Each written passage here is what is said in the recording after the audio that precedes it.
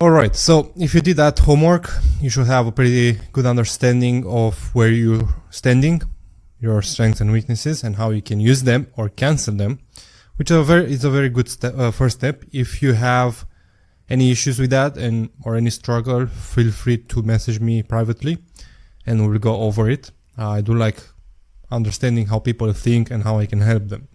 But in this next video, I want to talk about false expectations. So if you're new to trading or you have experience, if you have experience, maybe you didn't really go through, but a lot of new traders who get into trading or any other business, I see this every single time. I see this in my girlfriend as well. She always has big expectations with things. I mean, now she understood because I kept telling her, but the way she did it, and this is a perfect example, something was supposed to happen, she had big expectations. So anything from going to an appointment or trying something new or something like that, right? She always had that big expectation that everything is gonna be awesome and I'm gonna look good and that's gonna go well and stuff like that. And when something goes wrong, she was very disappointed, right? Very, very disappointing and sad, and her mood was ruined, right? And this happens to every one of us in anything we want to do. So let's say we have a job interview or a business proposal or a business meeting, and if we go into it with the mentality that everything is gonna go amazing, we're gonna sign the deal, we're gonna make 10,000, we're gonna sign the deal for 10K, or let's say for the job you sign for the max salary, 3,000 a month, and then your mind starts imagining stuff, right?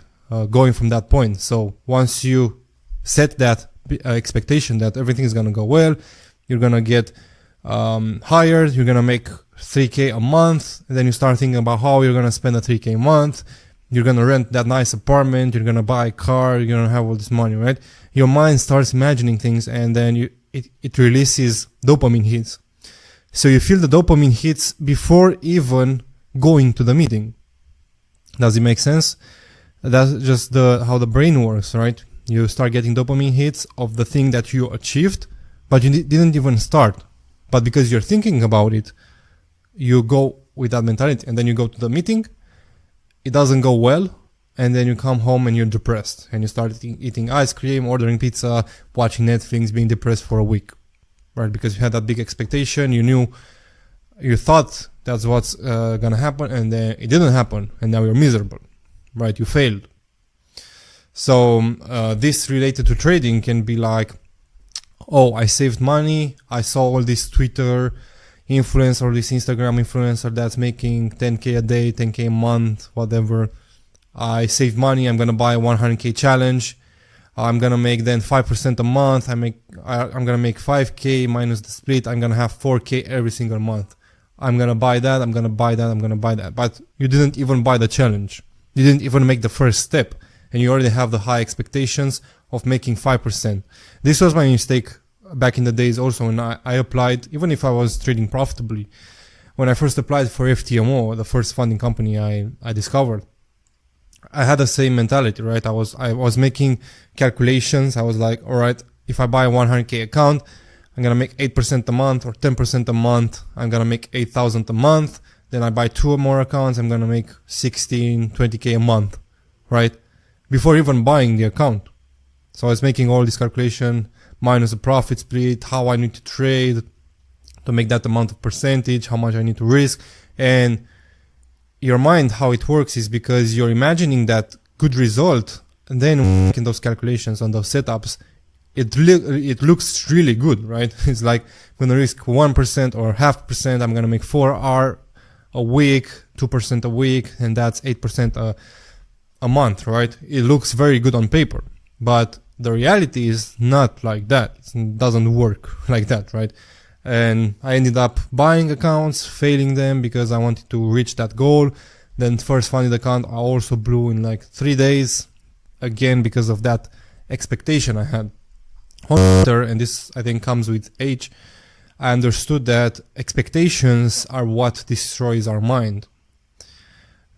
So you need to understand also, if you come into trading, maybe you're watching this course, you bought this course, you paid for it, right? And you have the expectation that this is going to make you profitable, and you're going to make, after you study the course, you're going to make 5K a month from trading. While you have a bigger success rate by purchasing the right information and the right mentor, you do have a bigger chance. The expectation still needs to be set low, because think about it. If you set your expectations to the lowest point, then anything above that is going to make you happy. It's going to release dopamine. It's going to make you feel good. But if you have that low expectation and that low expectation gets hit, then you don't feel anything because you're already expecting. So let's say for me, and this is a true story, right? I had a huge business opportunity that I waited a year for, right? I waited a year to get a chance to talk to this individual to get into this business opportunity. This business opportunity could have changed the way I think completely, because I could have made anywhere between 50 to 100K every single month with minimal investments.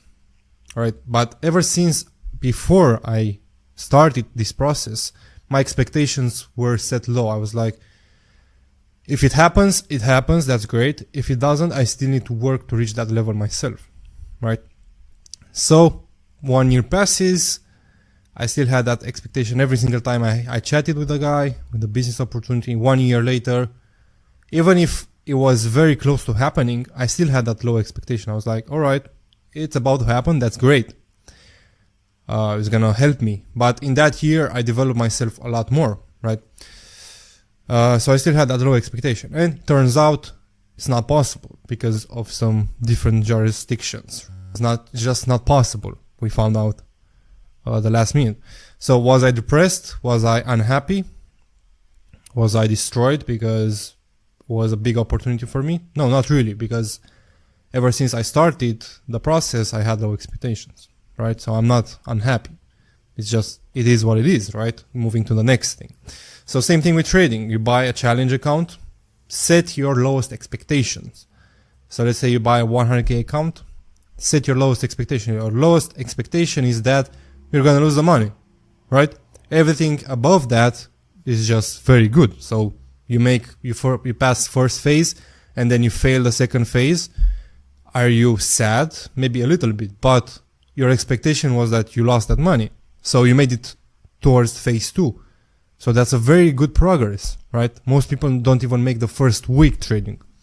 So it's all about how you perceive things and how you set your expectations. So let's say you get to your funded account, your live account.